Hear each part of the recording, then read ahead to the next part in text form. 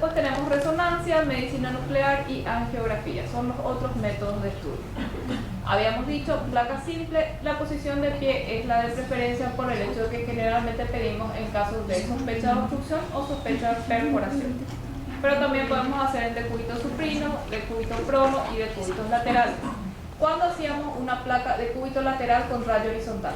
Pequeñas perforaciones. Muy bien, entonces vamos a ver pequeña cantidad de aire libre, pequeños neumoperitoneos.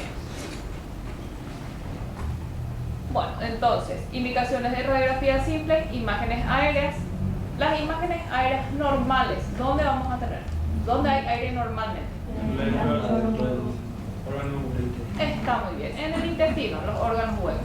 Y los aires de localización patológica, vamos a ver, ¿dónde podemos encontrar? Primero, fuera del tubo digestivo. ¿En dónde? ¿Cómo qué?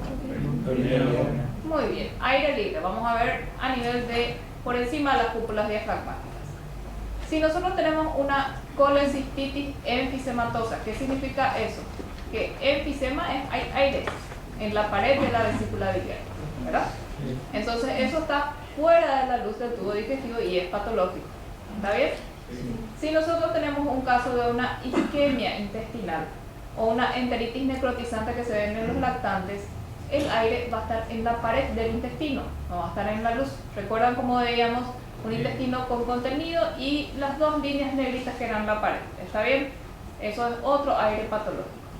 En el caso de que tengamos abscesos, ¿les parece que eso es aire normal o patológico? Patológico. Entonces, cualquier tipo de absceso, ya sea en el hígado, ya sea posterior a una apendicitis, esto es patológico. Bueno, ahí vimos imágenes aéreas normales, entonces en el intestino o vísceras huecas, y patológicas, todo lo que habíamos dicho. Imágenes cálcicas. Si tenemos una calcificación en el sistema excretor, calcificación en el riñón, esto es una calcificación patológica. Si vemos una calcificación en la pelvis, que no sean los huesos normales, esto es una calcificación patológica. Bueno, los cuerpos extraños densos, recuerden, solamente los que son densos nosotros podemos ver. Si es que tragamos un plástico, el plástico no se va a ver porque no es un cuerpo denso. ¿Está bien? Tiene que ser un cuerpo denso, o sea, una moneda, un hueso es lo que vamos a poder ver con una placa simple. ¿Y qué decía con el plástico? El plástico se ve negro, es como el aire, no se ve. Entonces uno tiene que hacer un estudio contrastado para que el contraste le rodee al plástico. Entonces lo que nosotros vamos a ver es como un defecto a nivel de ese contraste, ¿está bien? Bueno, esto si yo les pongo, ¿qué es esta imagen? ¿Qué indica? Aire. Aire. ¿Y qué es lo que hay debajo del aire? Esto es aire y esto es líquido. Entonces esto es un nivel hidroaire. Esto es una doble burbuja, lo que significa que esto es el estómago y esto es la primera porción del duodeno. ¿Está bien? Esto es una obstrucción. ¿Se entiende, chicos? Sí. Tienen que distinguir. Imagen de obstrucción te da nivel hidroaéreo. Entonces, esta es una densidad líquida, esta es una densidad aérea. Tenemos un nivel hidroaéreo. ¿Está bien? ¿Qué es lo que estamos viendo acá? Esta densidad es aire. Esto es el diafragma, esto es el hígado y esto es el diafragma. Entonces, ¿qué tenemos acá? Muy bien. ¿Y qué está haciendo el aire acá?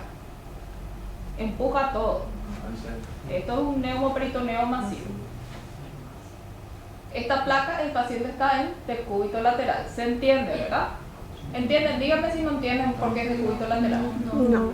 Fíjense, esto es la cadera. El paciente está acostado. Acá está la columna. Esto es costilla. Esto sería el vaso y esto es el aire. ¿Ven? Acá hay un poco de intestino. Está acostado. Decúbito lateral. ¿Se entiende ahora, chicos? Sí. Muy bien.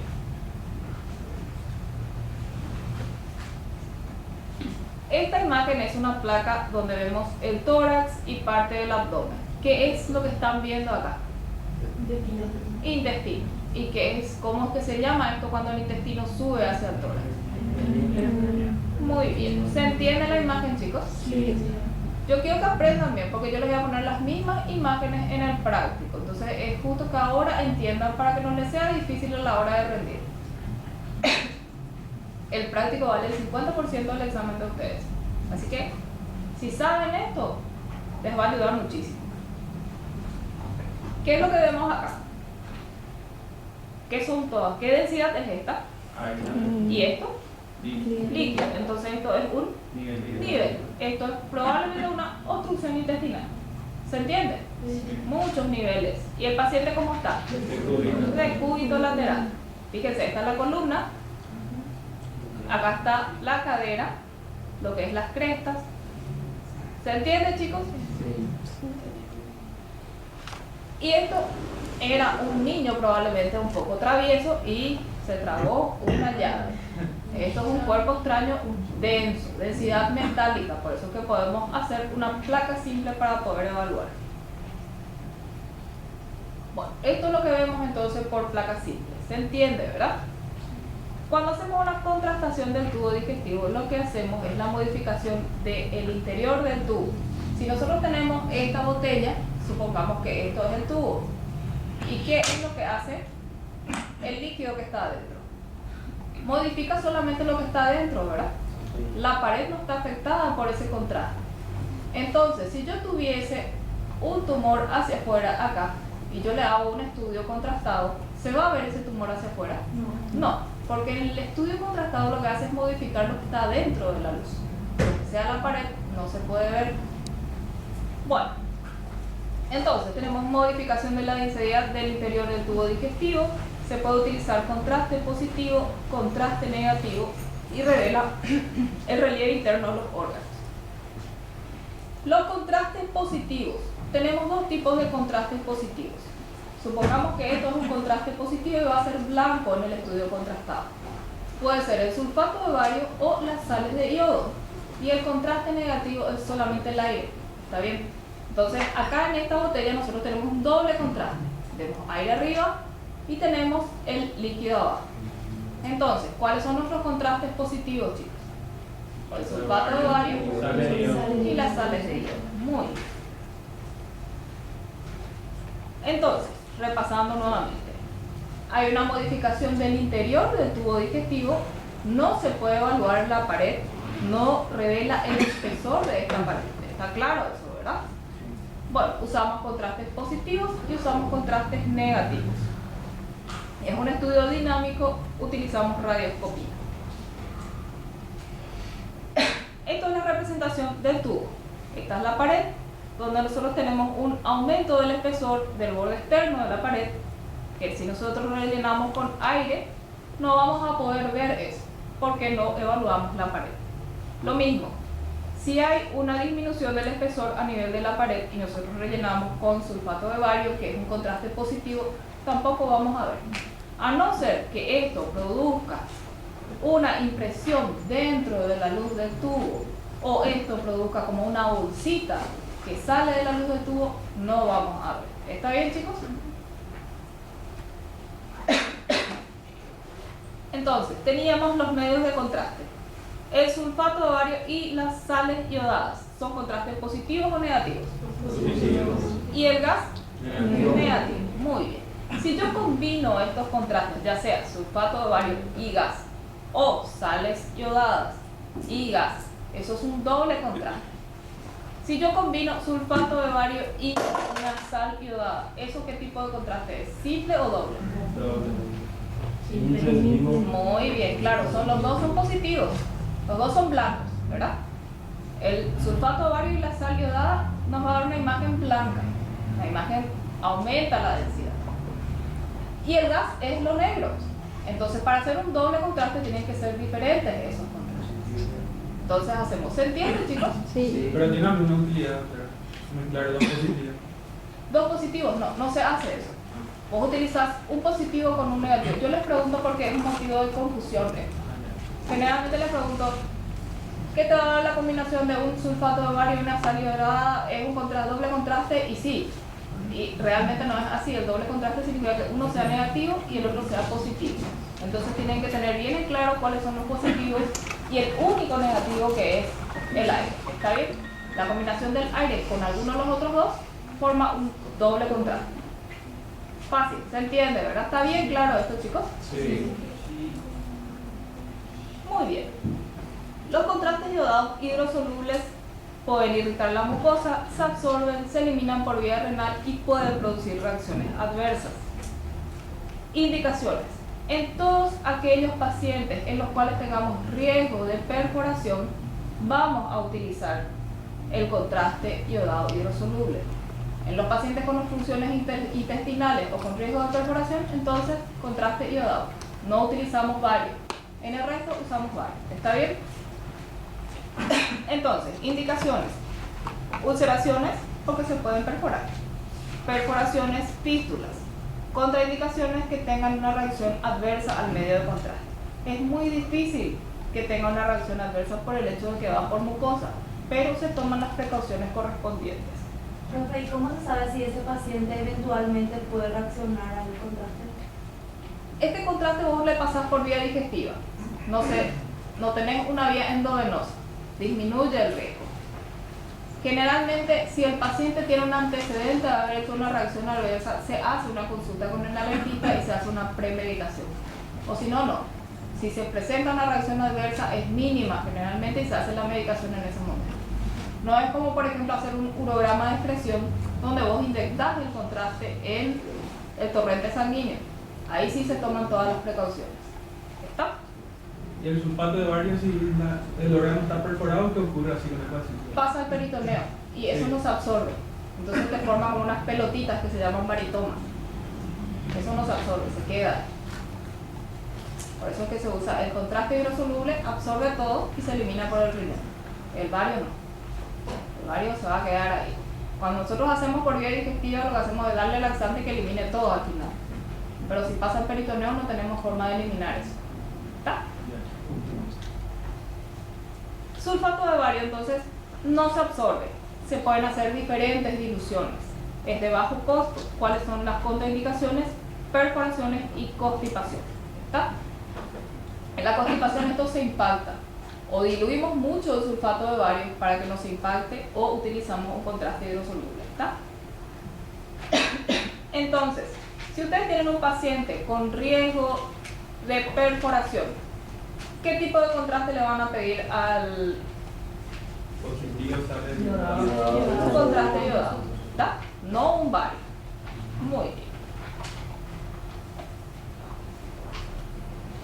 Bueno, entonces, el sulfato de bario está indicado en pacientes sin riesgo de aspiración, sin clínica de abdomen agudo y sin clínica de obstrucción. El contraste hidrosoluble, el iodado, en sospecha de patologías quirúrgicas y riesgo de aspiración. Hasta ahí vamos con los contrastes. ¿Quedó bien claro cuál es un contraste positivo, cuál es un contraste negativo y cómo se forman los doble contrastes? ¿Sí? Sí. La contrastación. Vemos diferentes incidencias, o sea, diferentes posiciones en las que vamos a colocar el paciente para poder evaluar el órgano. Las diferentes formas de hacer un estudio contrastado son un relleno máximo, que es cuando el paciente, nosotros rellenamos el órgano o el tubo que queremos ver de forma completa y vemos la distensión del órgano y el pasaje del contraste a través del mismo. Estudio en vacío significa cuando pasó el contraste, lo que evaluamos es lo que se pegó por la mucosa. Y el doble contraste, si ya tenemos varios, ¿qué es lo que le vamos a dar? Gas. Muy bien. Si es por vía digestiva alta, vamos a darle un efervescente para producir gas. Si es a través del recto, hacemos una insuflación manual. ¿Está bien? Las diferentes imágenes que podemos tener en el tubo digestivo cuando contrastamos son las siguientes. Si nosotros tenemos una ulceración, que es esto, o un divertículo, que es como un saquito que sale de la pared del tubo, vamos a tener el depósito del contraste a este nivel. Entonces esto va a ser una imagen que se suma, una imagen de adición. Es lo mismo que yo le ponga un adicional aquí a mi botellita, entonces todo ese líquido va a rellenar. Eso es una imagen de adición. Que nosotros de frente se va a confundir con el contraste y de perfil vean cómo se forma una adición a la pared. ¿Está bien? ¿Se entiende? Ahora, las imágenes de defecto de relleno o lacunares, que pueden ser producidas por tumores, fíjense cómo Esto, el tumor, viene a ocupar esta parte de la pared. Si nosotros le colocamos de perfil, nosotros vemos un defecto en ese nivel. No está el contraste ahí. ¿Por qué? Porque resulta que está la masa dentro de mi botella y todo el contraste está alrededor.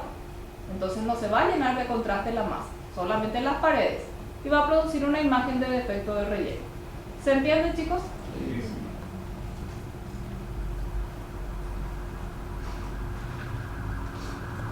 Bueno, nuevamente, insistiendo con el doble contraste. Tenemos doble contraste, ¿qué significa? Contraste positivo más contraste negativo. O sea, ¿qué puede ser? ¿Cuáles son las combinaciones posibles entonces? Muy bien. Cuando hacemos por vía oral, o sea, cuando operamos el estómago y el esófago, utilizamos el sulfato de bario o las sales de yodo, uno de los dos, combinados con el efervescente que nos va a dar el aire. Si utilizamos para hacer un colon, hacemos la insuflación por vía rectal. No es que yo voy a hacer un colon doble contraste y el paciente va a tomar el contraste y le vamos a dar aire. No, todo es por vía rectal. ¿Se entiende, verdad? Sí. Cuando nosotros hacemos un doble contraste, esto requiere una limpieza. Significa que si yo le voy a pedir un colon doble contraste a un paciente, es porque estoy sospechando que tenga un tumor, un defecto de relleno y que tengo que mirar bien qué pasa si dentro de la luz, si dentro de esta botella hay materiales. Digamos que esto es el colon y dentro del colon hay materia fecal. ¿Qué va a producir la materia fecal? Un defecto de relleno, porque va a ser una masa que está en la luz y me puede confundir. Por eso es que se limpia el intestino antes de hacer el estudio.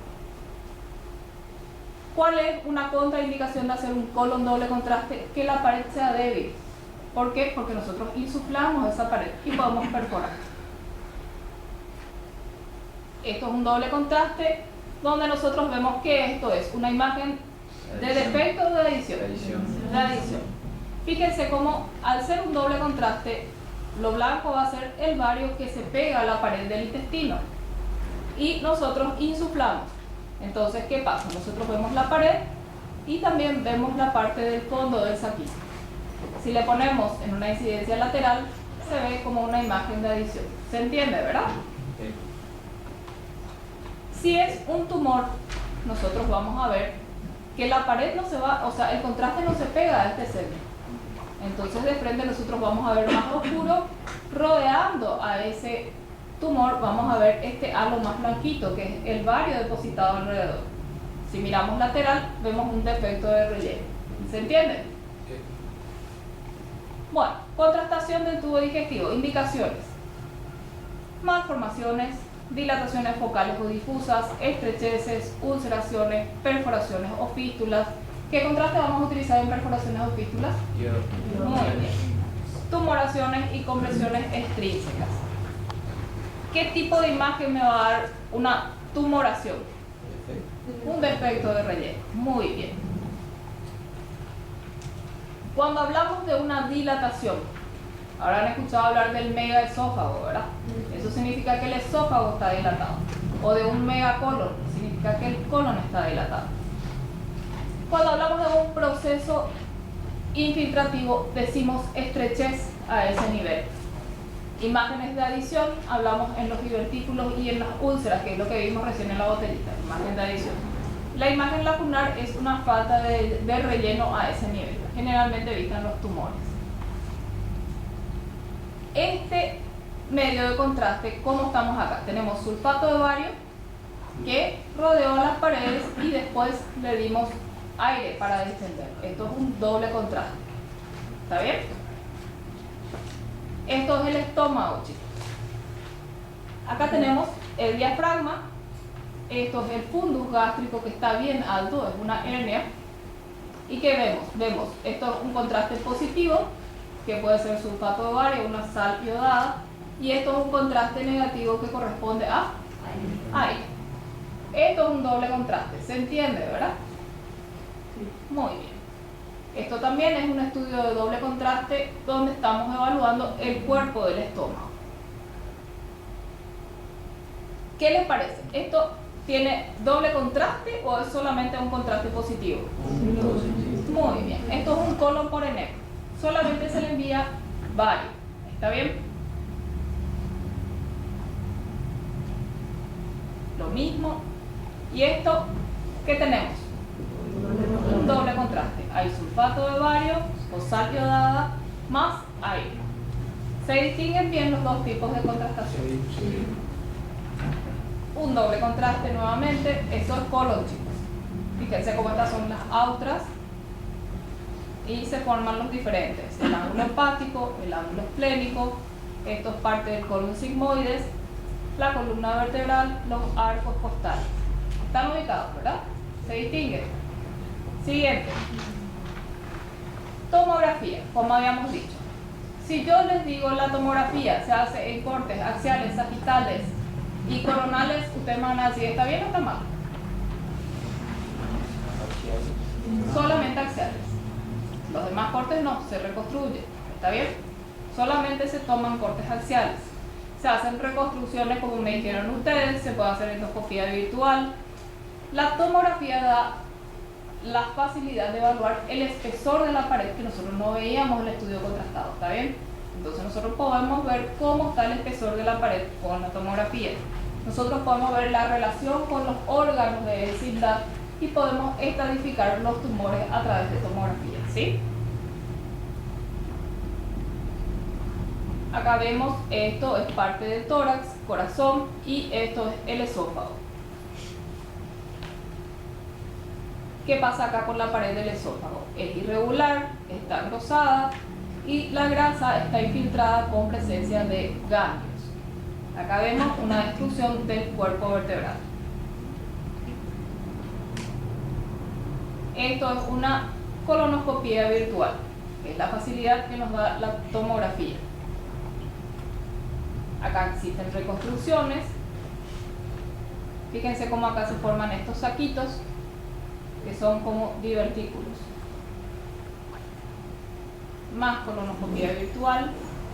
Esta es una tomografía donde nosotros vemos una masa heterogénea en el cuadro de una apendicitis. Esto es una apendicitis aguda vista por tomografía. Bueno, habíamos hablado algo de ecografía cuando hicieron tórax. Entonces, ustedes ya me dijeron cómo se forman, qué utilizan, cuál es el método utilizado. Bueno, no. ¿Qué dificultad tenemos cuando hacemos ecografía? ¿Qué es lo único que nos impide ver bien los órganos? La interposición del aire y del hueso.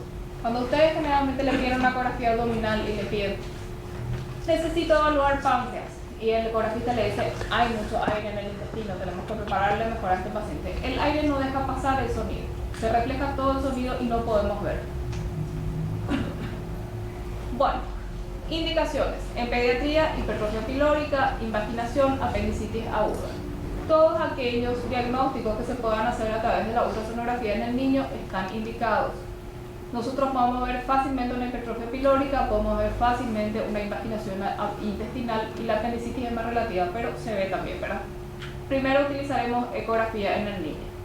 Se pueden hacer ecografías intracavitarias para evaluar las lesiones parietales, se pueden ver colecciones y estadificar tumores.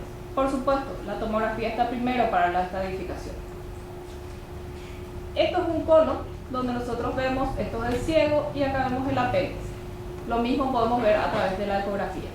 Es el mismo tubo de fondo del saco ciego que corresponde al apéndice. Esto es un apéndice inflamado. Fíjense cómo ya hay un aumento del diámetro del apéndice y la grasa que le rodea al apéndice es más ecogénica. Un poco más de apendicitis.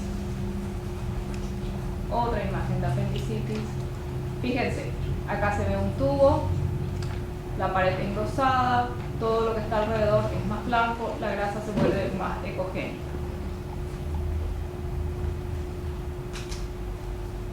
Esto es líquido. ¿Cómo veíamos el líquido en ecografía? Negro. Negro. Acá tenemos líquido. Bueno, indicaciones de ecografía en el tubo digestivo, hipertrofia pilórica, invaginación, tumores parietales, apendicitis y colecciones relacionadas con el tubo digestivo. ¿Cuáles son las ventajas? No utilizamos radiaciones, es portátil, se puede ver más de un órgano, es económico y no necesita sedación. Hasta ahí vemos todos los métodos de diagnóstico que utilizamos y los tipos de contraste. El esófago. Para el estudio del esófago podemos hacer una placa simple, una placa contrastada, un doble contraste, tomografía de resonancia o medicina nuclear. Esto corresponde a una placa lateral donde esto es el timo y rodeando al timo, si es negro, ¿qué es, chicos? Aire. Y si es aire y está en el mediastino, es un neumomediastino. ¿Sí? Fíjense cómo le rodea el aire a esto. Debería haber pulmón ahí, pero no, hay aire rodeando al timo. Esta imagen no se ve muy bien, pero acá hay una formación de un nivel. Vamos a poner unas flechitas. Esto corresponde a la calasia. Recuerden que la calasia es una falta de relajación del esfínter esofágico inferior. Entonces, ¿qué pasa? Eso no se relaja, se dilata el esófago, se carga de líquido y se forma un nivel hidroaéreo. El paciente vomita, tiene dispepsia. ¿Esto qué es, chicos? Es un cuerpo extraño denso. Si este chico hubiera tragado un pedacito de plástico, ¿qué le iban a pedir? Muy bien. El cuerpo extraño está acá. Este se ve, es un huesito de pollo, por eso es que no se ve tan denso como el metal. Ahí está. Bueno, los contrastes utilizados, el sulfato de bario, doble contraste y sales iodadas. Cualquiera de estos medios de contraste vamos a utilizar. Los positivos entonces, sulfato de bario y sales iodadas. ¿Cuándo vamos a usar sales iodadas, chicos? Muy bien. O sea, si yo tengo un recién nacido y tiene atresia de esófago, que generalmente va con fístula, ¿qué medio de contraste le vamos a dar? Muy bien. Bueno, la contrastación del esófago tenemos que utilizar un control radioscópico, se puede hacer en diferentes posiciones, incidencias variables y nuevamente hacemos de relleno completo para visualizar la distensión del órgano, de vacío para evaluar la mucosa y un doble contraste donde nos da un mejor detalle de la mucosa distendida. Indicaciones: malformaciones congénitas, cuerpos extraños radiolúcidos. Recuerden, chicos, bien cuáles. Normalmente se les pregunta si un paciente ingirió, hay una sospecha de que tragó una moneda, ¿qué le voy a pedir el estudio? Una placa simple de la zona, ¿verdad? Y si hay sospecha de que hasta su entrada en el tórax, ¿qué es lo que pasa acá? ¿Qué imagen es esta? Una estrechez. Significa que la pared está disminuida, ¿verdad? El calibre está disminuido. Entonces vemos como hay una dilatación superior y un pasaje filiforme del contraste a este nivel. Bueno, si nosotros tenemos acá se enrolla la sonda, no pasa. Esto es una atresia de esófago. ¿Les parece que puede tener fístula este paciente? ¿Cómo ustedes pueden saber si va a tener o no fístula mirando esta placa?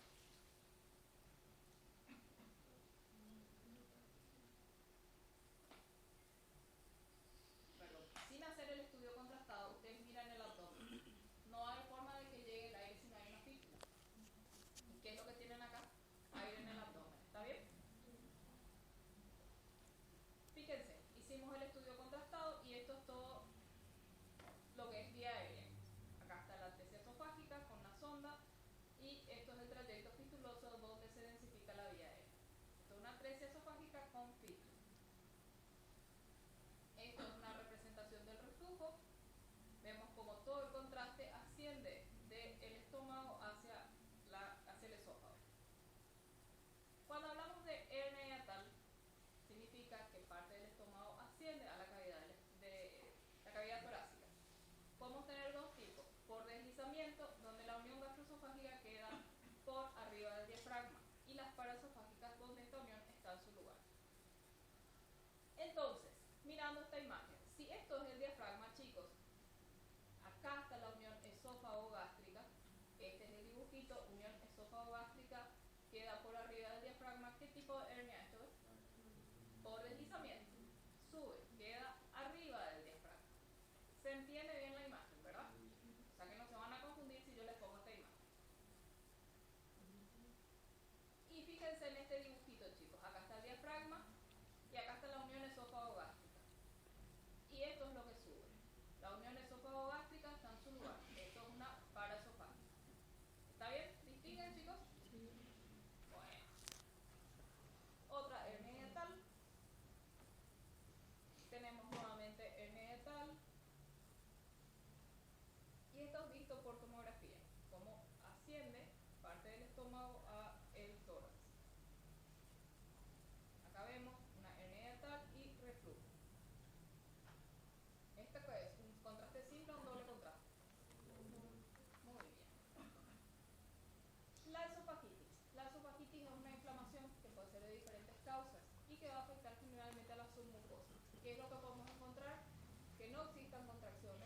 existan contracciones terciarias, alteración de los pliegues mucosos, erosiones, úlceras profundas, rigidez o fístulas.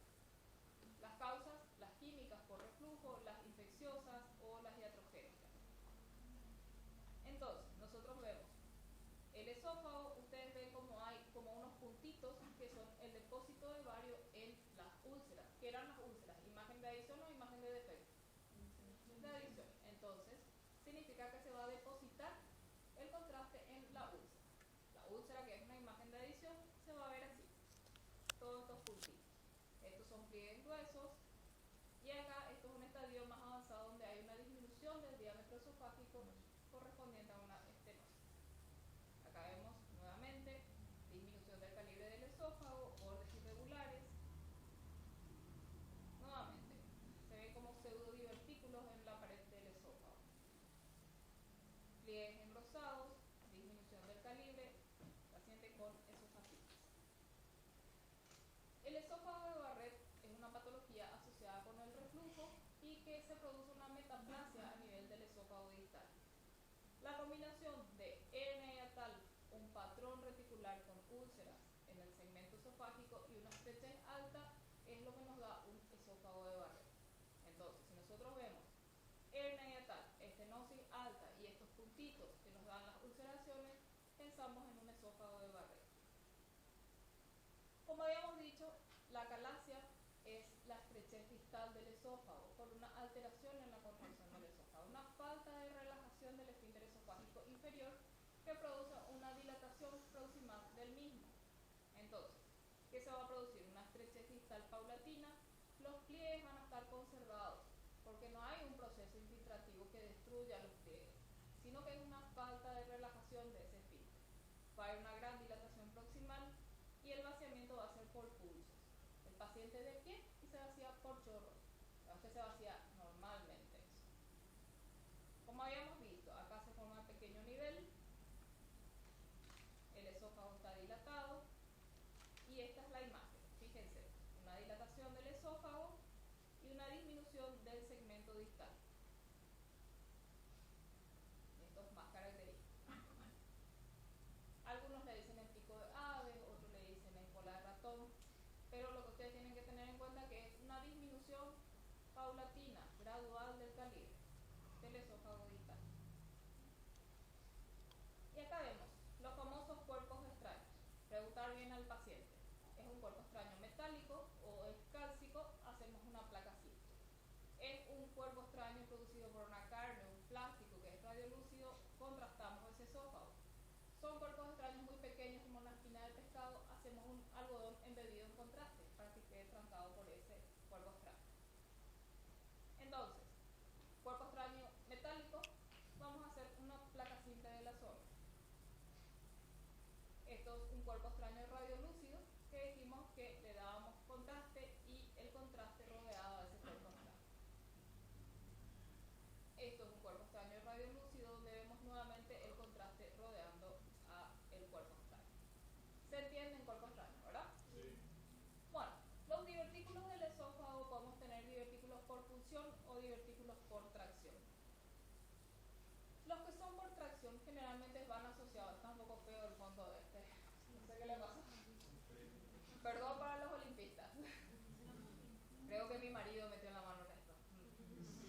Bueno, los que son por tracción, chicos, se ven en el esófago medio generalmente. Y el paciente tiene un antecedente de mediastinitis.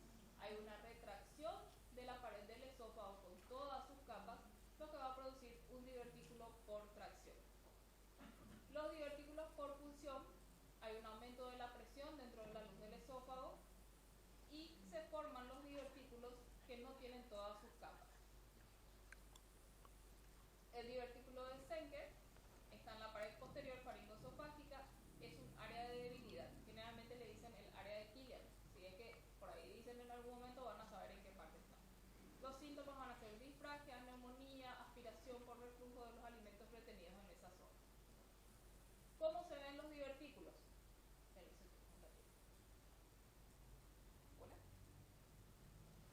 Hola.